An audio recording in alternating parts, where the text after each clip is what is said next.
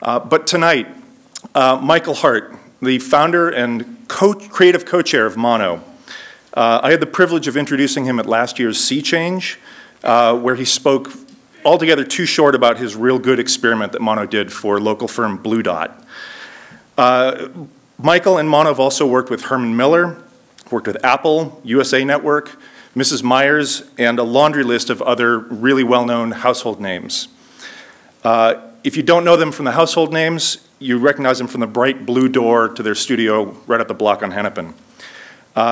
Since 2004, Michael Hart, Chris Lange, and Jim Scott, the co-founders of Mono, have focused on making the complex simple by assembling cross-disciplinary teams of designers, of advertising people, of account handlers, of writers, in order to blur the line between your traditional advertising agency and your traditional design firm. So tonight, Michael's going to take us a little bit out of focus, give us some insights on his career, and hopefully inspire all of ours. So without further ado, please welcome Advertising Age 2010 Small Agency of the Year co-founder, Michael Hart.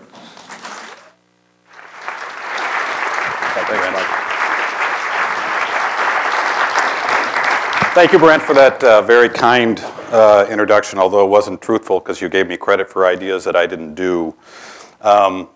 Thank you also, Andrew and Scott and Emmett and everybody at the Walker and AIGA for having me tonight. Thanks, everybody, for coming on a March winter night. Especially happy to see my mom in the crowd. My mom's here. It's always good to have your mom, so I know if it's anything like the King's speech up here at some point, and she says I'm going to be awesome, I know that's going to be good. So I'd also like to start off by thanking everybody at Mono. This is us today, 50 people as of yesterday. And really what I get to present tonight is their work. We are, I think the last track was 7 art directors, 7 writers, 8 designers, strategists, account directors, media people, PR folks, social media folks. All together really is Mono, and that's really how we do the thing. So I just get to stand here and present a bunch of work and take credit for it. It's there, all right? So what is a Mono, besides Kissing Disease and a Paul Westerberg album? Well, this is what we think it is. We hope we're an agency without definition. We think we are at our best when we're a bit of an ad agency, we're a bit of a design firm, we're a bit of a branding firm, we're a bit, hopefully, of an innovation firm. Talk about blurring the lines. It's not about trying to be an ad agency that gets design or a design agency that also does some ads and some other things. We want to do it all, and we all want to do it well. This is what we hope we do for clients, we tell clients we do, is we create opportunities for brands to connect in really unexpected ways. And break it down just a little bit. The create opportunities, the reason we say that is there are opportunities already out there. There's media that's already out there that we don't create, but there's other things that we can create through our ideas and our innovation and our ways to play on the media and play off the media. And then the unexpected ways is certainly the big part of it. If you're not somehow capturing the fascination of people with your ideas, they won't care whether it's an ad or anything. Experience, it doesn't matter. If it's not unexpected in some way, they won't care. We love the re's at Mono. We love reinventing, rebranding. You name a re, we probably like the re. We just are built that way. We love it. And we do it because, A, we love it, but we also see opportunities to use simplicity. If you read any of our propaganda, if you know anything about us, you know that we care deeply about simplicity. From the space you walk in, to the site if you go to it, to our presentations, to the work we do for our clients, even the way we work is all about simplicity. Now, to get there is ugly and messy and complex, but it's what we're all driven to do. We really believe in the power of simplicity. Why do we do it? Frankly, we love doing it. That's why we do it. We all are driven by it. It's what we love to do. Thankfully, we see a need for it and we get paid to do it. It's nice when those two things go together. But that's really what we do. And again, we're trying to come up with different ways to connect with people. Because the old days they're over. You can't do this anymore. It's too bad. It would have been easier. When we watched the show Mad Men, it was a little bit easier like that. This was the old day where you had a captive audience and you said, oh, pick up my beautiful brochure and read it. Watch my ad. You don't have anything else to do. There's nothing else for you to do. You don't really have a choice. Well, this is the world we live in now. It's complex. There's media everywhere. There's noises. There's choice. There's all sorts of things. And that's why we believe those simple ideas are the ones that actually navigate through that messiness. And importantly, it's not just to find the consumer at the end, but to come back to. Those communications and those connections are the ones that are important. And we believe that those were really important when we started Mono 7 years ago. We think they're even more important today. I share this with you not because you've never heard of Facebook, but these numbers are staggering. 600 million active users of Facebook, and on average, they're creating 3 pieces of content a day, whether those are pictures or updates or videos or whatever they are, they're putting up. That's 1.8 billion pieces of stuff that's out there. So what's that mean for us? We think sooner or later, if you're a brand and you're not capturing their fascination, you're not doing something, you're gonna miss. This is Twitter. They're a little younger than Facebook, obviously, but they're catching up. 50 million tweets per day. And what's really impressive about this graph is this was pre-Charlie Sheen. And there's 50 million tweets alone on Tiger Blood. So they're catching up. But if you're a brand and you aren't paying attention to this, or you aren't creating some kind of content that people are caring about, you're not doing work that they talk about, that they share, sooner or later, maybe not today, maybe not tomorrow, maybe not next week, but sooner or later you're going to become irrelevant. We believe it. So I'm going to try to share 4 cases where we're fighting not to be irrelevant for our clients and trying to do things that capture their fascinations. I'm going to try to do it fast. I don't know if I'll get through it all, because at the end, Blu Dot, there's a new one I'd like to show you as well. But one client that I'm not going to show a lot of work, although it's unfortunate, is Apple. We do a ton of work for Apple. We've been working with them for about 5 years. Great client, but if you know something about them, they are a bit secretive. They don't love to share all sorts of things, and they ask that we don't. But we do seasonal campaigns for them. We do iPhone campaigns for them, a lot of specialized design projects, store openings. This photo is merely representational of things we might have done or might not have done for them. Herman Miller. I started working with Herman Miller about 3 years ago on a number of initiatives. One of them was particularly interesting and challenging for us, and it involved the follow-up to this chair they're on. It's obviously a design icon.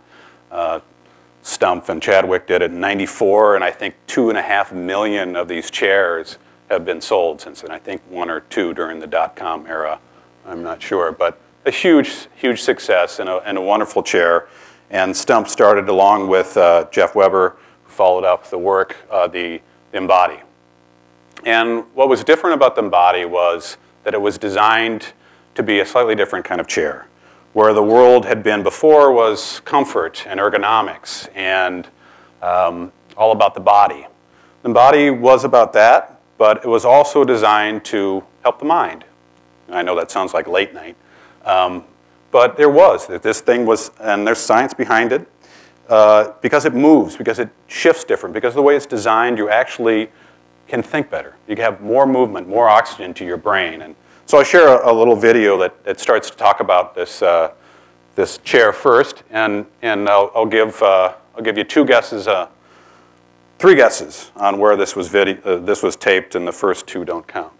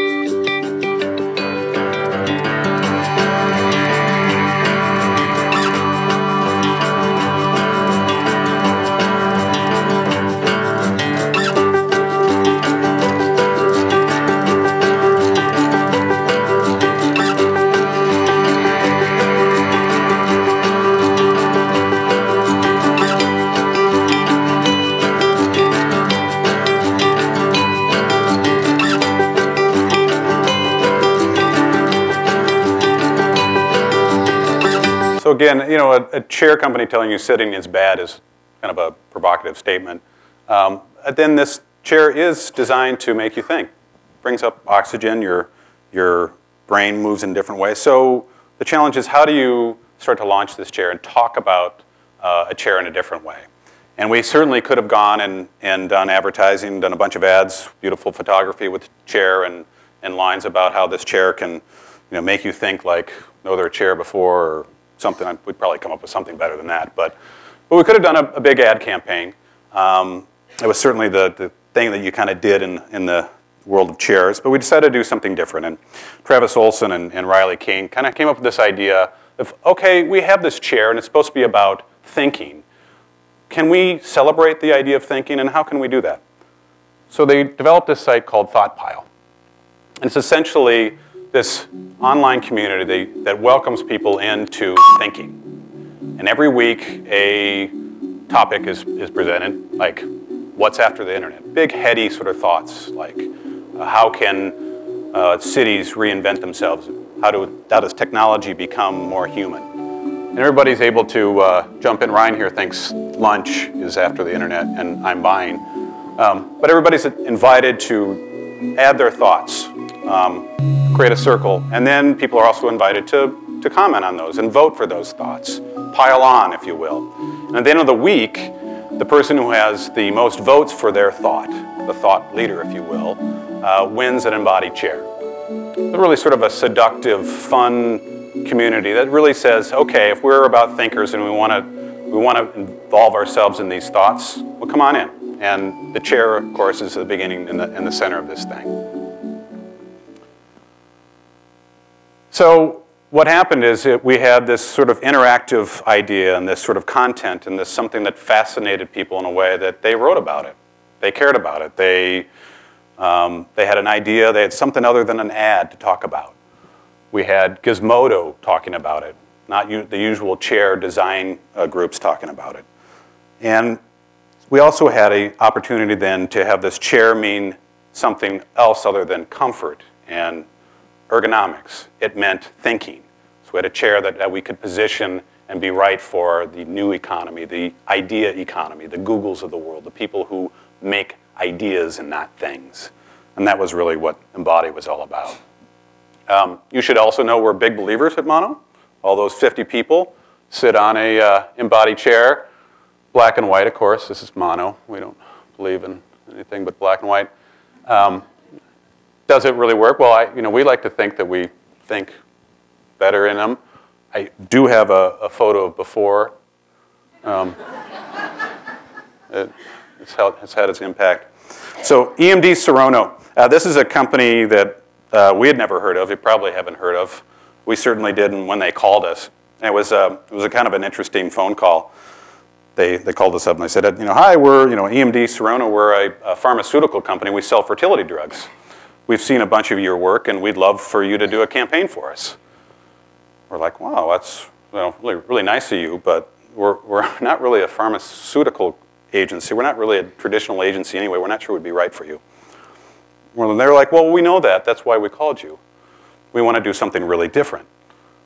Oh, well, we hear that. Well, if you ever want to work with Mono, just say, oh, we want to do something really different. We want to reinvent something. We'll get all excited. So we talked to them a little bit more.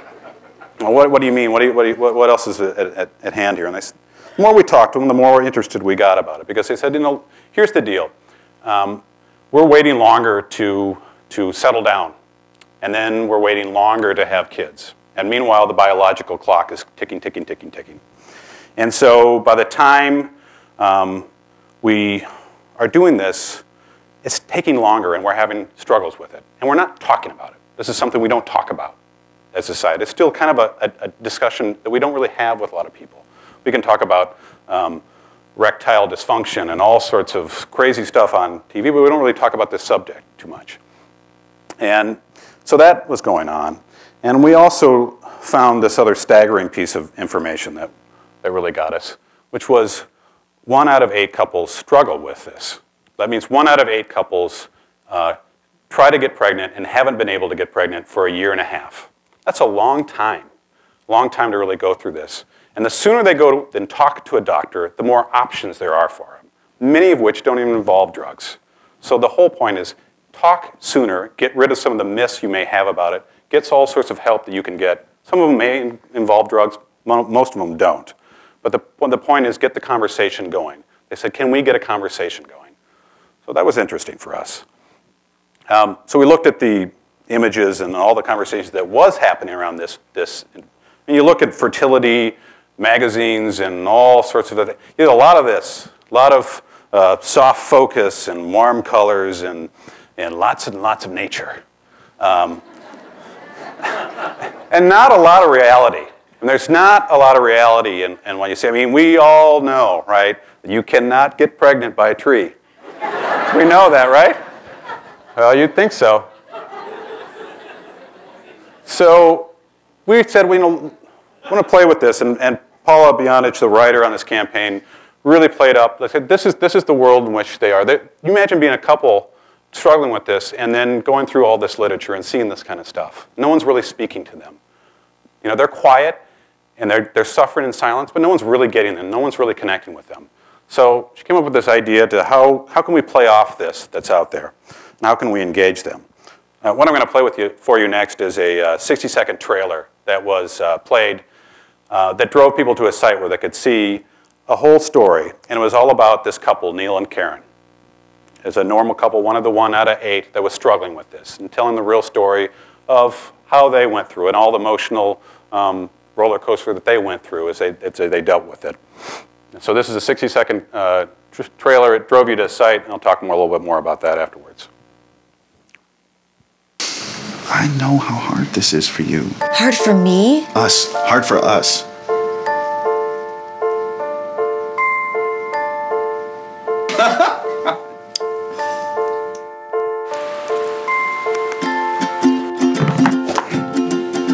Don't forget the dry cleaning. It's like all you care about is my sperm. No! You know what, Neil? You know, we don't understand why this is so hard. Maybe if we stop thinking about it. We just thought we were doing everything right. We're young. And have sex constantly. Obviously in love.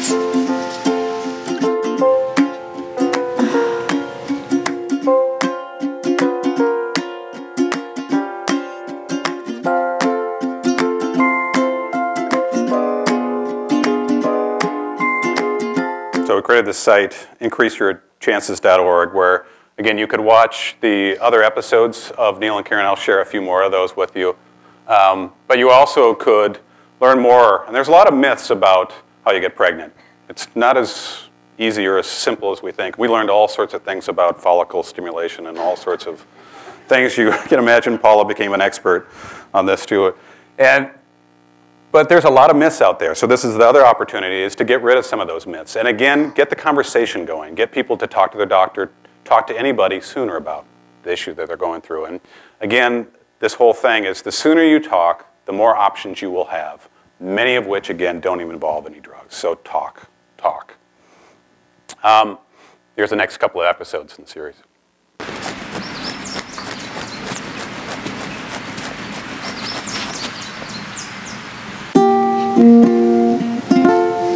I just figured you needed a boost. I'm not sick, Neil. I just can't get pregnant. I know this is hard for you. Hard for me? Us. Hard for us. I just was thinking there might be something wrong with your thingy. Have you ever stopped to think that maybe there's something wrong with your thingy?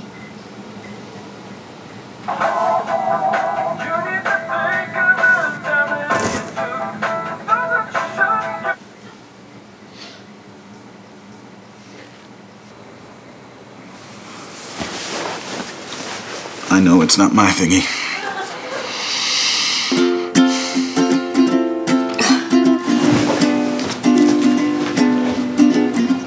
Again, you know, each one of these episodes kind of takes on one of these themes or one of the things, and whether it's one, you know, myth about whether or not it's the woman's fault or the guy's fault or their thingy or what.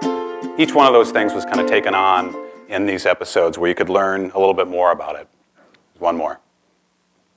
The most comfortable diaper any baby can wear. If you're having trouble breastfeeding, try these few tips.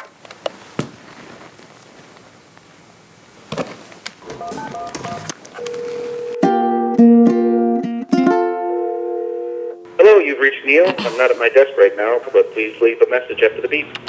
Hey, honey. I was just wondering if you may be free around 3 to have sex? This is now our love life. Scheduled encounters. You know what, Neil? I had a window.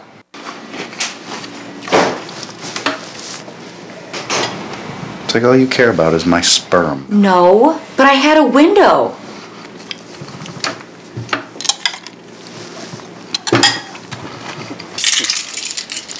Bye, hon. Don't forget the dry cleaning. Just relax. It might happen if we stop thinking about it.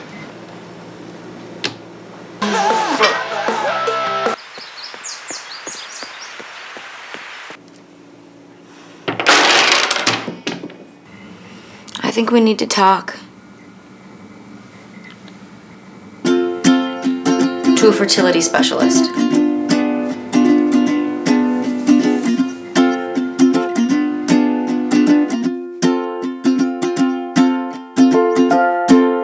Again, there was a few more episodes in this campaign.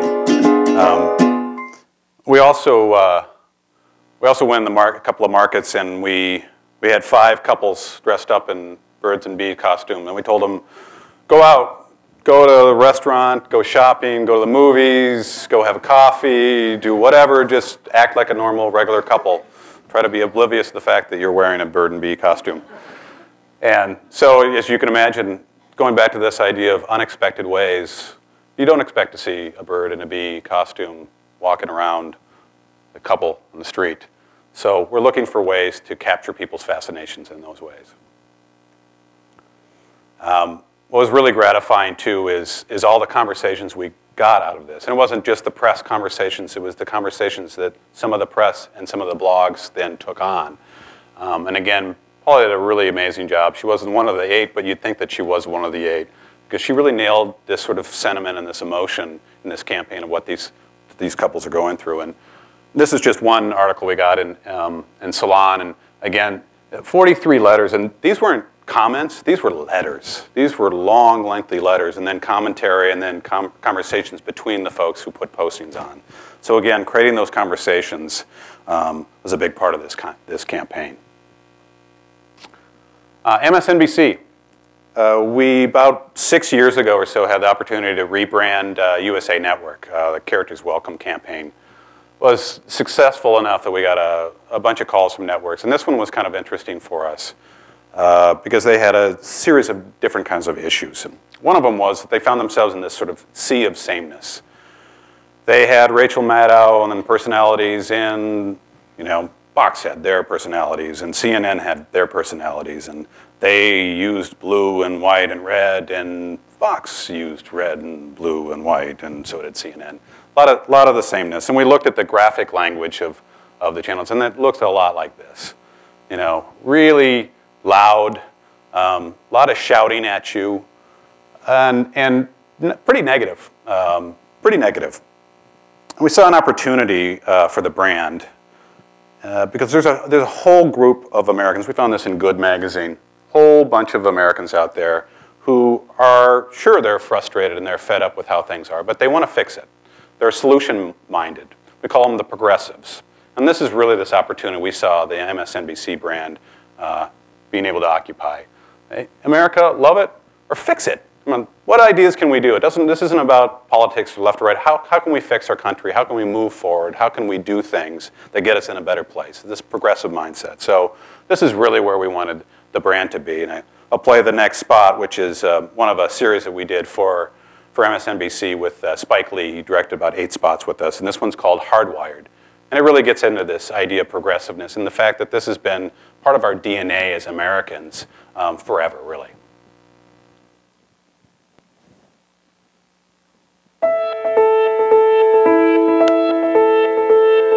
From the day we're born, we really do know where we're headed.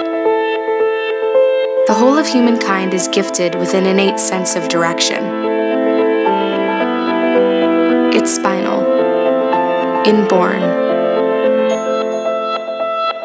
That doesn't mean, however, it's always easy. In fact, many times, it's the more difficult course. But when we understand what's happening around us, we lose our fear and we move ahead. We are one nation, in progress.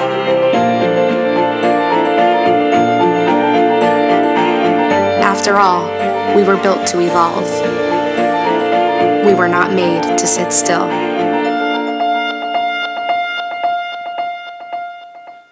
So this idea of lean forward, this sort of progressive look at the world and where we are, that, you know, sure, we've got our issues, but we need to find those solutions. We need to push through. We need to be optimistic about how we are going to solve these problems and not blame or look back.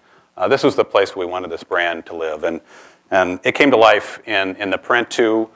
Milton and Larry really worked to have a look. Yes, it was bold still and still provocative, we hope, but it also was more hopeful, a little less negative. It was a little bit more uplifting, hopefully a little more motivating. Felt more like a movement than a shout. One nation in progress. This is some of the newspaper. The future only goes in one direction. We took over Grand Central Station and Penn Station with this look. The future belongs to the fearless. Again, this hope is that you're not going to miss this. This is we took over these stations. We want to elicit a response. We want people to hear us. But we don't want to yell at them the way the rest of the yell. So this was really, spent a lot of time trying to come up with a look that really felt progressive, bold, but different. And we hope we got it. We also wanted to create some opportunities. This was very traditional media. You know, they're a network. We're going to do a lot of TV ads. It'd be kind of silly for us to say, hey, MSNBC, we're going to do a bunch of radio. Or we're going to do this stunt over here. No, don't mind the fact you have all this free airtime. So we're going to do a lot of traditional things. But we also wanted to take this idea and, again, in unexpected ways. So we basically, and again, Milton went all around the country. We rented a truck, rented huge, big projections. We worked with a projection company. And we took our ideas out across America. And we said, let's find the billboards that are already out there. Let's find the fabric that's already out there, the nation's capital. We were built to evolve. Let's use the architecture that's all around us. So we get on sides of buildings, anywhere and everywhere we could find. We didn't pull permits. We didn't ask permission. In the middle of America in silos.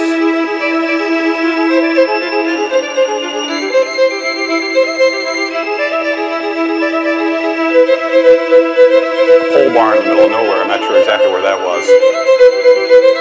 And we ran out of places to project on a truck that we rented. Sides of buildings. Again, trying to get when there's traffic going on and people around us. Love this one in the barn. And again, trying to use the architecture in the designs too, saying, how can we have this bring to life, knowing that the building looks like this, or we have this space like this, using that as part of the backdrop and creating our own billboards. So the neat Space Needle train cards.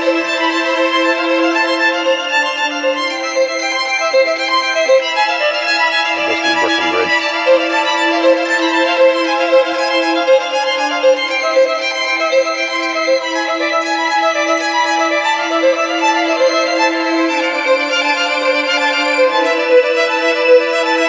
One of these thoughts, of course, ended with this idea of looking ahead, lean forward.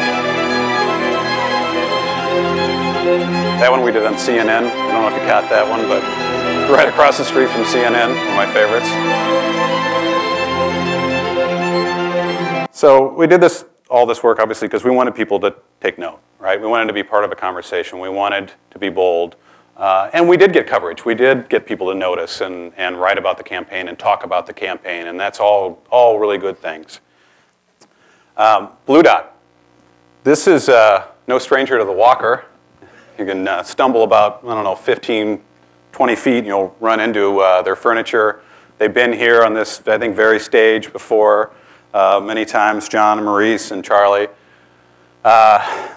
They're been a client of ours for about 5 years, good friends, wonderful company. And they have this sort of philosophy, much like us, about design and invention and trying to take themselves not too seriously. But they sort of built their company about this idea of good design is good, and that it ought to be available to more people. It ought to be well-designed furniture, shouldn't be $4,000 credenza. It should be available to more folks. So that's really the basis of their company and their brand.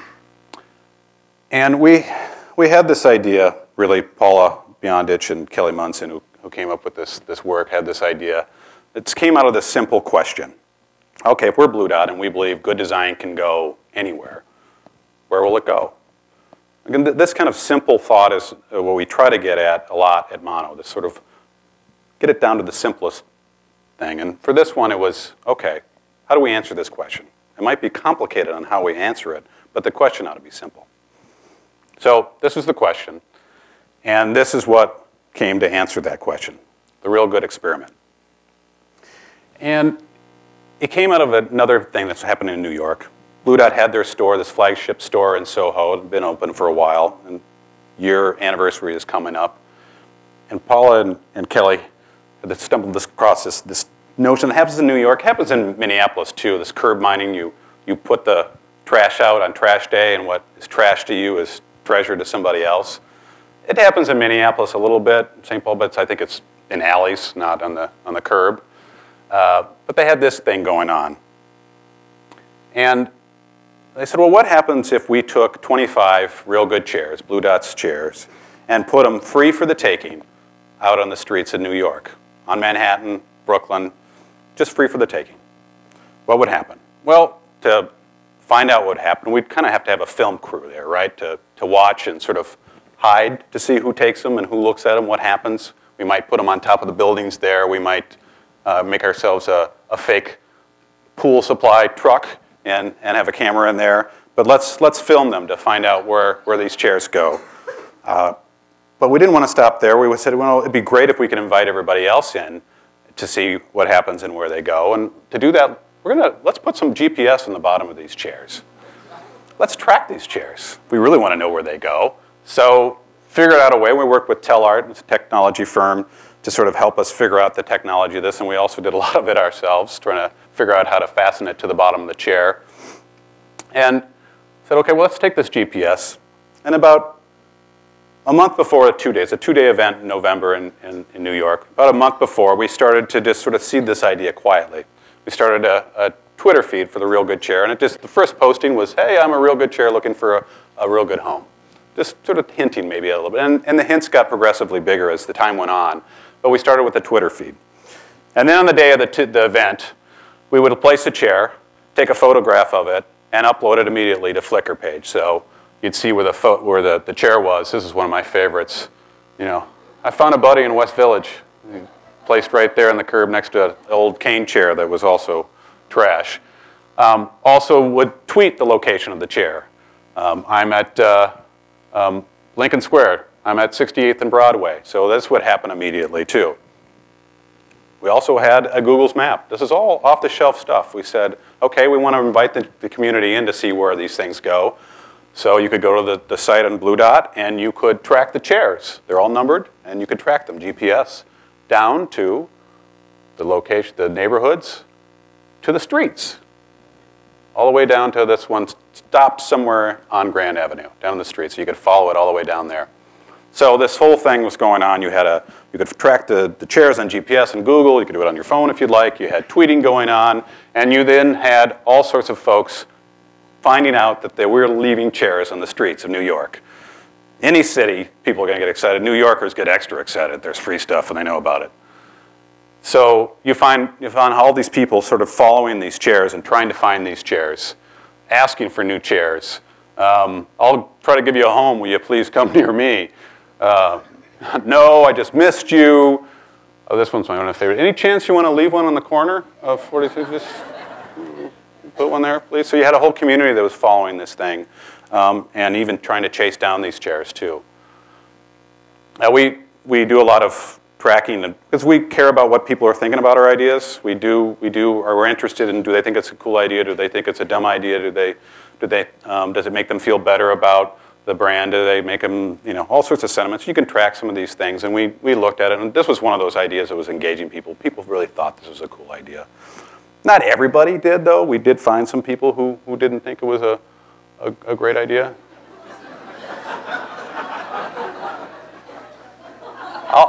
I'll be honest, that one hurt.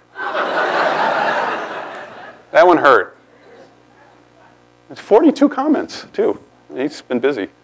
But the rest of the world was really loved this. They captured the fascination of the press, the design community, everything from the design blogs and things to Fast Company, to Business Week. Wall Street Journal did a piece. Lots of coverage, a lot of interest in this idea.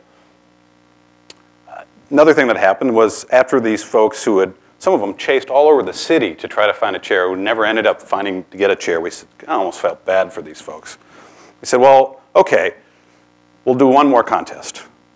The person who writes the best sort of log, this person, my hunt for the one Blu Dot's real good chair, they created this whole blog, and they said, okay, whoever does this great diary, we'll give one more chair away. And of course, we gave away a few more chairs. But these folks wrote on their blogs for about days and days about their exploits and what they went through to try to get their hands on the chair. This was one of the articles that was also written, New York Times Magazine, full page about the experiment. And again, it's not all about media and all those sorts of things, but a single page in New York Times Magazine is $107,000. And that's if you believe that advertising and editorial are the same. It's just one of the things that the coverage that we got on that. And you remember, of course, that we had GPS on these chairs so we could track them, which also meant that then we could really find out where these chairs went and answer that question, where do they go? So what I'll play for you next is a documentary that Supermarché did for us. And it basically told the story of the experiment, but then also told the story of a few people who took the chair.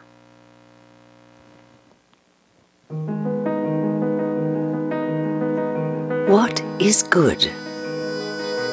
What is goodness? Is it form or design? Is it usefulness? Or is it something abstract? These questions led Blu Dot to embark on an experiment. Perhaps to get a real, honest answer to a simple question.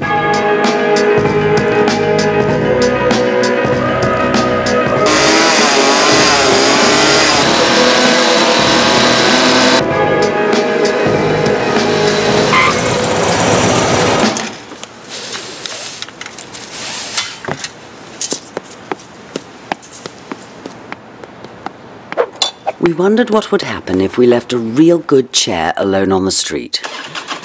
So we devised an experiment. First, we assembled a bunch of brightly colored chairs to be placed in a bunch of different locations on the streets of New York, carefully selecting a design that is well crafted, understatedly modern and stylish, so that it is desirable to the greatest number of potential unidentified new chair owners or punkos who we could easily monitor from the top of a nearby building and have the best view of any identified new chair owner or inco who takes the chair. Then we track the new chair owners back to their homes via GPS to get a real honest answer to our question.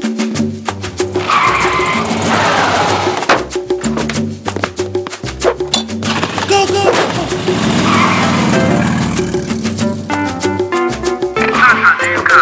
Go for Cha-Cha. Cha-Cha, you're clear to make the drop. Okay, get ready. Here we go. Go, go, go! Good job, Cha-Cha. We are right on schedule, moving to second location. This is Molly Goose. Chairs have been dropped. Roger. Crow's Nest has a limited field of view, so please call out any potential punkos as they approach. I believe the P in punko stands for potential. That's an affirmative. Senior gentleman considering the chair. Does anyone have eyes on the package? Sidewalk. It's really beautiful. It's dappled in sunlight. Our chair is now bathed in dappled sunlight. Punko approaching. Punko didn't take the bait. Punko. No Punko. This guy's doing something. Does anyone want to take bets on how long this guy sits on the chair? Hour and 15 minutes. Guys, I think it's a credit to the chair how comfortable this gentleman looks. Good work, everybody. We have some strong possible Punkos approaching from the south, north.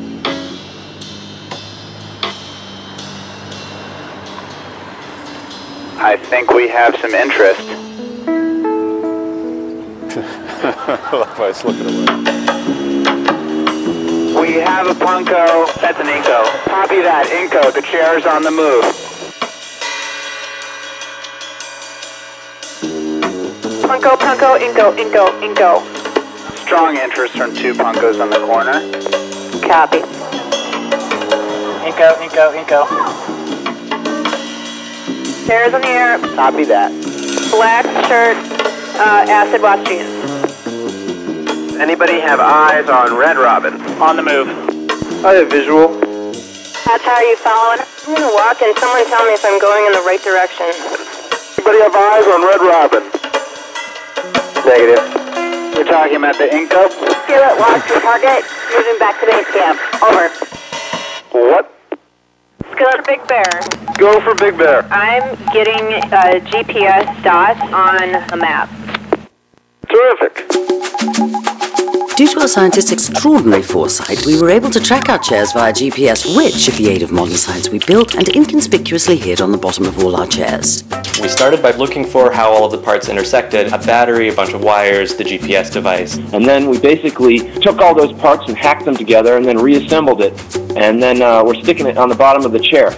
When someone picks up the chair, they'll activate a tilt switch which will turn on the GPS tracking. So when that happens, the chair will locate satellites and then it will start broadcasting its location to the map. And then all we have to do to complete our experiment is to travel to the Inco's house, ring his or her buzzer, and politely ask for an interview. Hello? Hi, did you happen to take a chair off the street the other day, red in colour? Maybe. Well, we work for the chair company. Hello? Hello? Oh, hello. Yeah? Did you take a chair off the street the other day? Yeah, I did. Terrific. You see, we're having an experiment. All right. Have you ever been the subject of an experiment before? I'm a furniture maker. I'm a woodworker. I make furniture and cabinets. And I'm a fashion design student. How often do you find real good things on the street? You don't. Well, we find sometimes stuff. You find, not that good. Yeah, once in a while you find some really good stuff. Well, I found many things. I found a keyboard, a mirror from a store display that I just love the shape of it. I don't quite know what I'm going to use it for, but it's sort of interesting. At my bank on 68th and Broadway, there was a girl sitting on this red chair. As she's leaving to go back to the bank, I ask her, what's with the chair? And she says simply, take it if you want it. I look around and I say, why not? Why would I leave it? I tested it, it looked strong, it held me. I carried it west toward my home, which is about 3 blocks away. Why did you take the chair? It's for my son. I mean, it's mine, but I'm going to bring it to my son tomorrow. I can sit for like 5 hours. It takes a long time to come up with something good. Lange, has Todd ever made a good thing for you? The little stool that he built for me so I could reach things in the house. And it's my favorite color, which is the favorite color of the chair that we found in the street. Very often I have to go to my neighbors and borrow a chair. So this is one less chair I need to borrow because it's now mine. But after that, I think maybe George will take it. I think he likes to play his guitar in it. Hey, what is that? That's a good chair. Are they throwing this away? Let's take it. All right. Your I'm looking face around again. of, like I spilled something. Now you're all happy. Yeah, it's surprising, but I suppose in this day and age, it's only a matter of time till something like this happens to each one of us. I really have a hard time putting any object that has a useful life in the garbage. It should be given a home. If not my home, I know people who might need a chair.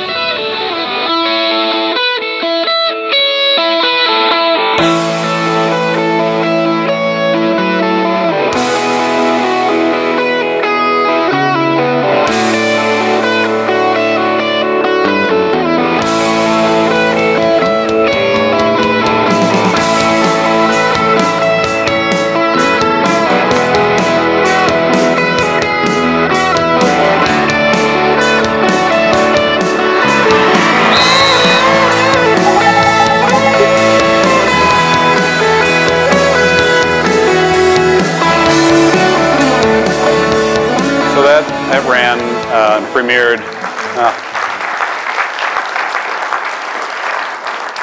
That ran and premiered the first anniversary. They had a party at Blu Dot, and then that ran that night for the party, and then was online afterwards. Our newest experiment, and this one also came from Paula Beyondich and Kelly Munson.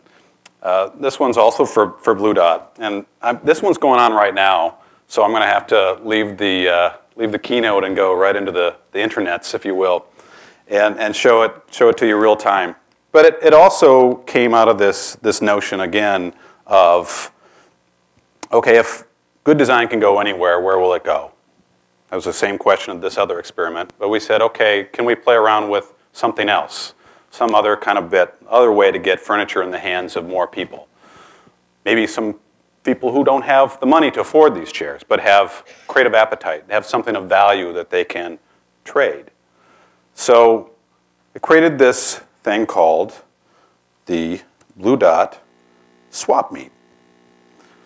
It's essentially opening up a swap meet virtually to the world that says, trade for our furniture what you will. Oddities, strangeness, anything. In fact, it opens up and explains with a video by somebody who's known here in these parts, Harmar Superstar.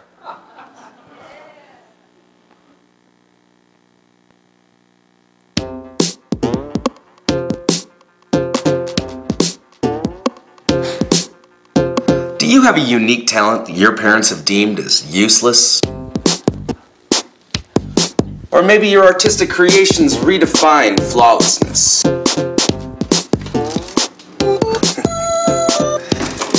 Shh.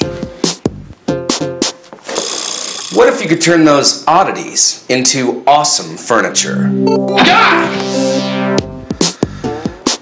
Hi, I'm Harmar Superstar. And I'm here to tell you about the Blu Dot Swap Meet. A magical place where all of your wildest home furnishing dreams can come true.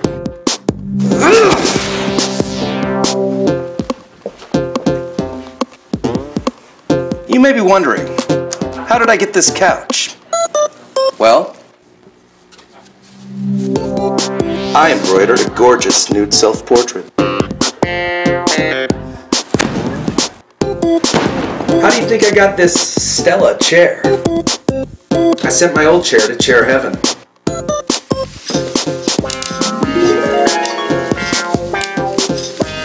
Farewell, friend. No cash? Who cares? At the Blu Dot Swap Meet, you play to pay, and the best players get the goods. Here's how it works. Come up with a great offer, upload it to this website,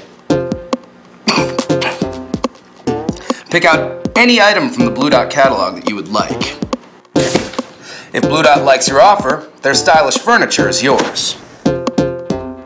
Swaps can be made for any creative bid that you can imagine.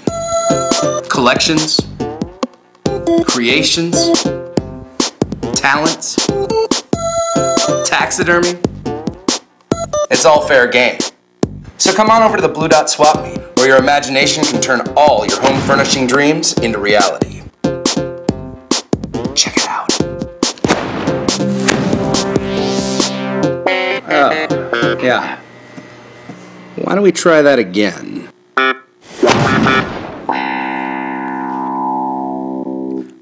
So, anything and everything are available, right?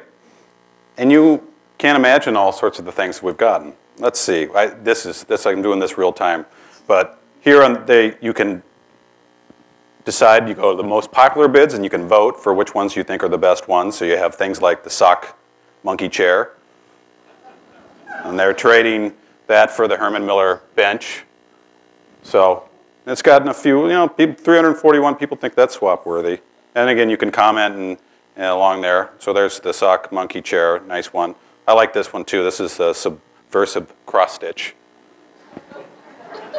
So they're going to trade their collection of that they've done for a couch. Let's see. I want to go in the accepted bids. These are the ones that Blu Dot, and this is going on until March 11th. So bids are still open, folks, tonight, tomorrow, the next few days. You want to get yourself a bid together. You want a couch, want a chair, want a coffee table, don't have cash, no problem. So everything from a secret Blu Dot handshake, I love this one. They accepted this from Modulicious, and this person is, in exchange for Modulicious bedside table, I will develop a super awesome, super secret designed for Blu Dot only handshake.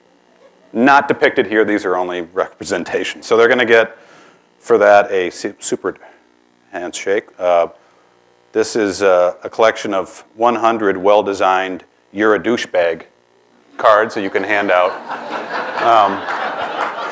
I suppose these go better in LA and some other towns in Minneapolis, but you can trade them, and that got the real good. So again, this is like full circle. The real good chair makes its way into a bunch of douchebag cards.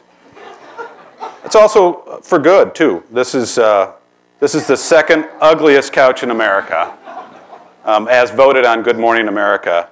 But this is at the Science Museum and for the benefit of the youth. So they want a new Paramount sofa from Blu Dot. So Blu Dot's going to take this gorgeous orange sofa, which I'm not sure if that's concrete there, or and it's nice. Let's see some of the other accepted bids here. Speakers for a lamp. These are suitcase speakers. Somebody's designed speakers right into the suitcase. That's pretty cool. And you can't imagine what, we couldn't even write what we would imagine to get. Look, this is a pretty cool one. As my mother won't let me have a motorcycle titled 2008, 9,000 popsicle sticks was created for, and so he's trading this for Paramount sectional. He went big, but it's a pretty big motorcycle.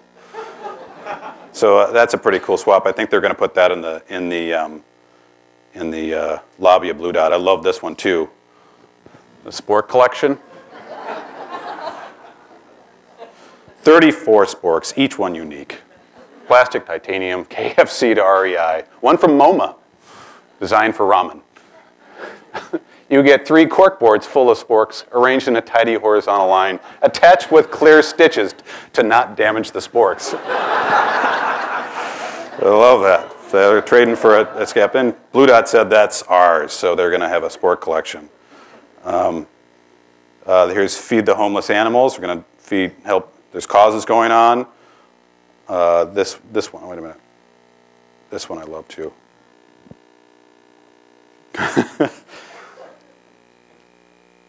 I would love to offer a chess set made of neurons, he goes. But before you run screaming into the night and delete this bid, let me back up and explain. I have a movement disorder that is, at its essence, bad brain cells rebelling against good brain cells. So my mind sort of has a mind of its own. I've been bedridden, and all I can make of these, basically. So he's going to create a whole entire chess set for these, for a chair. It's a great story. Let's see what else we have here. A Texas barbecue feast for a couch. So this is 30 pounds of melt-in-your-mouth brisket for you and 60 of your best friends. Dry rubbed and smoked at low temperatures for about 12 hours. Yes, so I'd like to be around actually for that swap. The other one that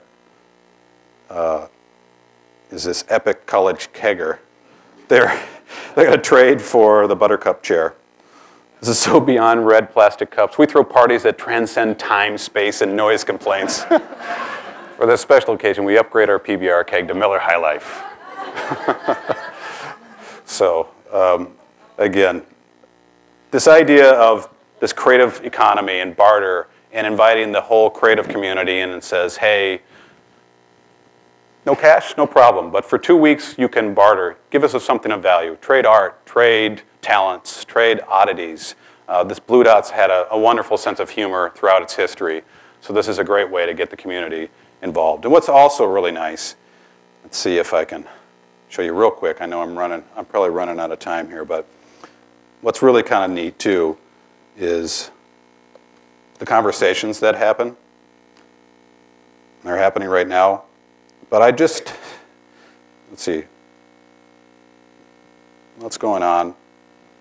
But there's a lot of people they're basically trying to sell other people to vote for their submission, their bids. Vote for my bid at the Blu Dot swap meet. So they're telling all their friends. So this conversation is going amongst the community about the Blu Dot swap. This is all just going on for, I think, 3 or 4 days now. It goes on for another 4 or 5 days. But another bit of this experiment. Again, this idea, how do we create ideas? How do we create content that people care about, that they share, that they find themselves in, that connect with them in unexpected ways? And that's really what we're trying to do at Mono. And we have all our designers, all our art directors, and all our writers doing those things. Yes, we do ads and other things too, but we're all collectively working together to create these experiences.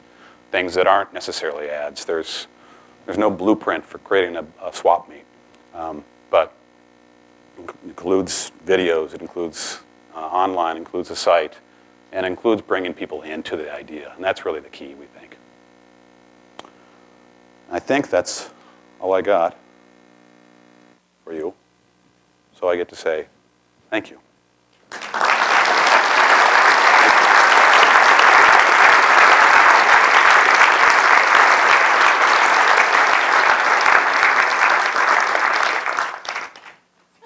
Questions? I was supposed to take questions. Okay. Where would you tell someone to start to explore if they wanted to enhance their designs, like how Mono has? Oh. Wait for the microphone. Where would you tell someone to start to explore if they wanted to enhance their design strategies like Mono has?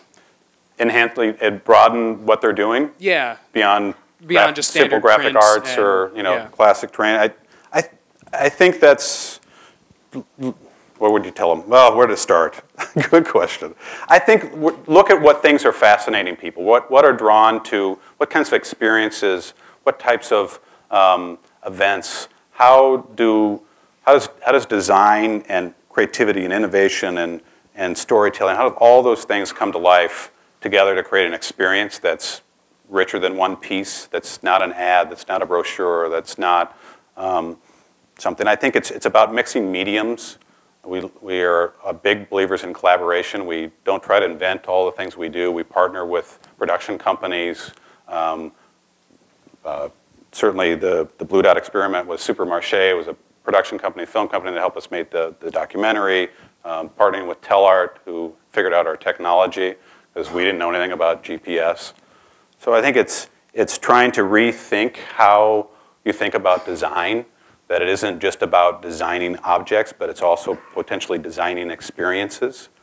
Kelly Munson's a classically trained, wonderful graphic designer, but the experiment wasn't anything that she'd ever designed before, and that's what's wonderful about it, is she's creating an experiment. She's creating a film, and how do we deal with GPS? How do we make this experience different for people? How do we engage them? And so you think about design as something beyond just objects that you design. I think that's where you can engage your brain to go to different places.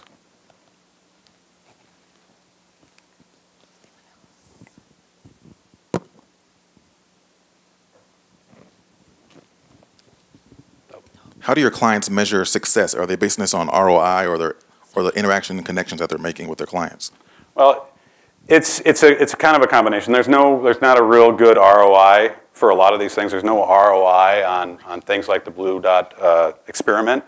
You can look at the media equation, and we certainly do that. We track how many media impressions that something like that had, and it had something like 200 million media impressions, and that has certainly media value. So you can say if we would have bought media to say Blu Dot's this wonderful company, how much would that going to cost us versus what did this idea generate? So there's huge amounts of ROI in that. And their sales went up because of this, and certainly their brand and awareness went certainly up by this. But when you're into these worlds of things like experiments and things that don't have classic ROI, you have to find clients that believe in it and believe in trying to rethink and reshape how they're going to market and how they're going to connect with consumers. And some of the bigger ones, it tends to be a bigger mix. You're mixing traditional, more measurable media with also some other experiments. You're doing like MSNBC is a lot of things we can measure, and then projections on the sides of buildings, which we can't. So there's no graphic, there's no Excel spreadsheet that we share with clients that says, see, look at this. It's a bit of jumping in together and saying, we need to do these things. We need to take some innovation risks, if you will, to change the way we market to consumers. So it's finding the right clients in many ways. I have a question. Has any experiment ever failed? Anything gone wrong? Has any experiment ever failed? Yeah, you know, they're all different. I think there's certainly been some things that we wish they would have been bigger. We've done videos that we've thought, well, it would be great if this thing went viral and, you know, 1 million people watched it and maybe 40,000 watched it. So whether that's a failure or it just didn't measure up, there's certainly that range of successes are going to be there. And one of the things we'll tell clients, and it's not just to cover our butts, but with these kinds of things, you need to have more chances. You need to take more of them. You need to have a collection of these experiments. You know, hopefully they aren't, you know, huge $100,000, $300,000 deals. They're, you know, these little smaller bets, because one of them's going to take, and not all of them are going to take, but that needs to be part of the equation. So that's what we try to tell clients too, is to not put all their eggs in one experiment basket, if you will, because that sometimes can be risky as well.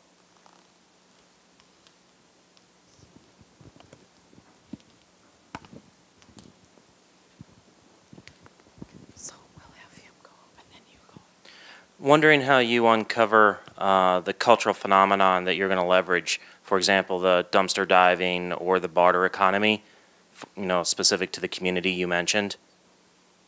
Old-fashioned creativity. I mean, that came from the brains of Paula and Kelly, just digging things, being connected to culture and things that are going on.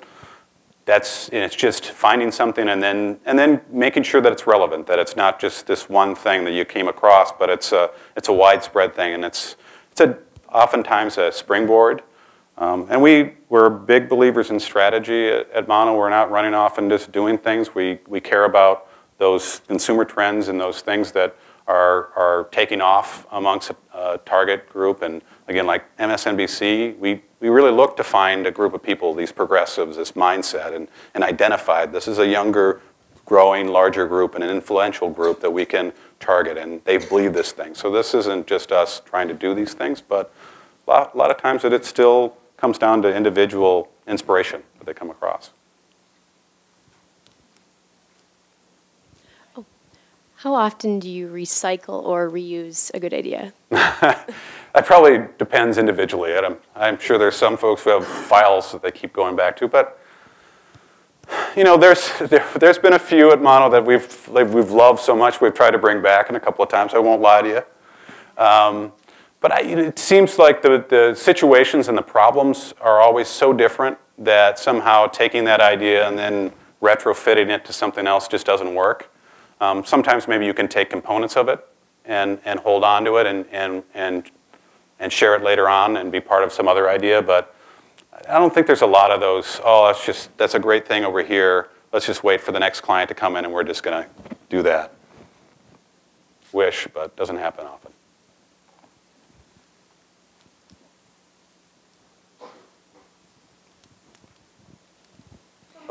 It seems like some of your ideas seem at first almost goofy, but they have this sort of experiential and very conceptual underpinnings to them. And I was curious in particular about the MSNBC campaign, if the artist Jenny Holzer's work came up at all in your discussions about sort of projections out where people are, rather than in newspapers and things like that. And you know, it might have. I didn't hear it personally, but the team may have discussed it. I think the first part of your question though about they seem goofy or like, but they all hopefully come back to a really simple, powerful idea, and again, we're big believers in that. And the executions may change. They may be goofy in tone. They may be serious in tone. They may be really complex in how they come together. The chair experiment, obviously a very complex idea, but it's still answering a very simple question.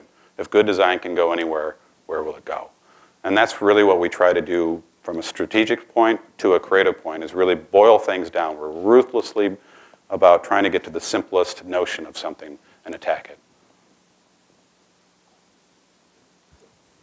I think when you think about advertising and how sort of self-referential and snarky it can get, and you look at the work of Mono, and it seems like to me the common thread that runs through it is sort of humanistic and sort of warm and friendly in terms of like the Blu Dot experiment that could have really went down an avenue that was making fun of the people, and instead it goes just the opposite, and it's a really warm take on who these people are and sort of celebrating them, and you see that throughout a lot of your work. And I just want to ask the question, is that something that, do you guys see as a trend, but it feels like, is that a product of being from Minnesota and Minnesota nice? Or it feels like when you look at advertising as in an umbrella way, it's how Mono stands out from the crowd, and it might be simplicity, it might be a lot of those things, but to me it's really warmth and that sort of human scale.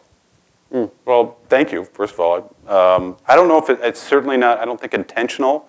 We don't say we really want to make our stuff warm and humanistic, if you will, and not be snarky.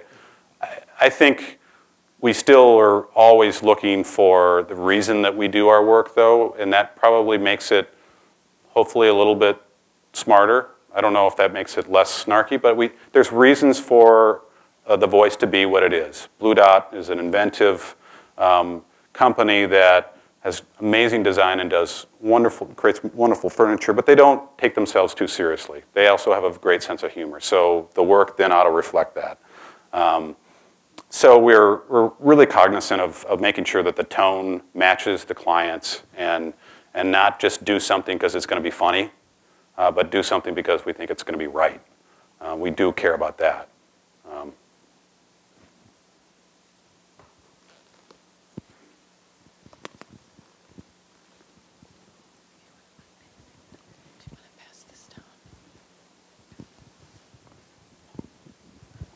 In the beginning of the presentation, you spoke a lot about the first stages of any project that you'll start on. I wanted to know if you could talk a little more about the creative process at the very beginning of a project for Mono.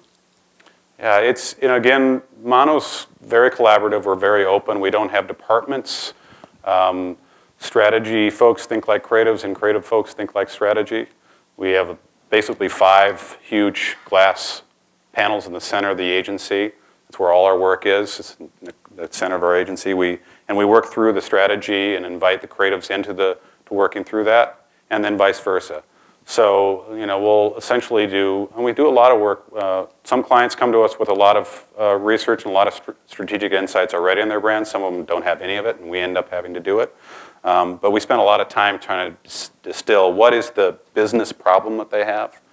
And that's the key. We really ask our clients not to ask us to do anything, but what's your business problem? What's the challenge you have? What's your, what do you need to launch a product? What's the real big challenge? And then trying to really understand their target and their audience, and then really trying to, as a creative team, then going, okay, this is their problem, this is the target. How do we connect in a way that's engaging and captures their fascination in a way that is a bit unexpected but is on brand? So it's a messy business at Mono too. We use the walls to all of our thinking, whether it's strategic or creative or otherwise, goes up on the wall, and we are all involved in the creation of it and take it on. And it means it can get messy. Designers work with art directors and writers, and that can get sometimes messy. But we all think about things differently, and that's one of the reasons we built our agency the way we built it. Is designer thinks differently than an art director and a writer and a strategy person, an accountant. We all think differently about the problem. And if we're all simultaneously thinking about the problem, collaborating on it, we're going to have more inventive solutions to those problems than if we go off and departmentalize and break it all down. I don't know if that answered your question or not, but. Well, you know, the comments that you've just made, I think, help me understand. As I think about the business process that you've described about insights generation and then development of that strategy, it seems very similar to companies that are probably more stereotypical or more hierarchically based than what you've described. But my comments are really in regard to how do you foster that level of collaboration? Because I work, well, as I think about the process that you've described, I think about how that works within a number of very different environments, and I'd really like to understand your perspective on what you can add or bring to these different types of more conventional business environments to create that level of ideation. Yeah, it's hard, because I think one of the reasons it works at Mono is that the culture of collaboration is so a big part of what we have. I mean, we're not shifting gears on this project and all of a sudden becoming collaborative on that project and not this one. It's so much about how we built the agency. But I think it's really trying to say, how do we take this chunk of what we do, and how do we not take any sort of ownership over any of that? Why do we don't own this section and then you own that section? We're all going to take this whole thing on and build what comes out of this thing. And if we do, then we're open to building the output, and we care about the output. So if you're a strategy person, you feel like this is my world over here, you're open to hearing what creative people are, if you're then going to also be involved in the creative discussion and discussion of ideas later on. As soon as that chain breaks down, as soon as somebody doesn't feel like they are heard or they are protective of what they're going to do, it breaks down. And I think we've struggled at times, sometimes bringing in folks who haven't worked in a collaborative environment, and it's different. And I don't have any tricks, I don't have any things other than tell you that if you truly get everybody on board with this is something that we all own at the end, and we really talk about Mono when we do our work, credits are Mono. We try not to do a lot of individual credits. When you build those sorts of things in an organization, it helps.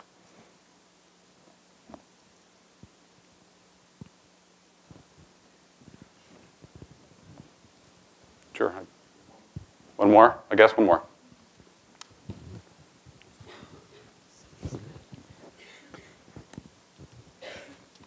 Hi, Michael. Up here. I'm up here. Hi. Very good presentation tonight. I really enjoyed it. Thank you. I was just curious. I've been watching your company for the last 3 years, and I know you've grown tremendously. You mentioned that in the beginning, and I just wonder now, kind of maybe not so much on the creative side, but as an owner of a small business, I guess at what point do you ever think, if we get too big, are we going to maybe lose some of that individuality or our flavor? And does that ever keep you up at night, or I guess just kind of wanted to get your take on that? Absolutely. We talk about it all the time. And this year in particular, I think we hired 20 people, so we had a huge amount of growing pains and cultural change at Mono. And it does keep us up at night. And there's always been that, I think, fear of growth and size that we have and others have. Especially, we have a lot of people who have been, we've been there at the beginning, but there's a lot of folks who were around when we were 12 people, and it feels very different to be in an organization with 50 people than it does feel with 12. And it's going to be our job to making sure that the culture of Mono retains what it is, and we hold on to those things, and we need to be active about it, but absolutely it concerns us. We've talked about staying the size we are if we want to. If we feel like we're going to get If we aren't getting better opportunities and doing the chance to do more chair experiments or more things for MSNBC, that's all right. We'll stay 50. We don't have a size we're trying to go to. We want to create a special kind of company. It's not about growth necessarily. Thank you again.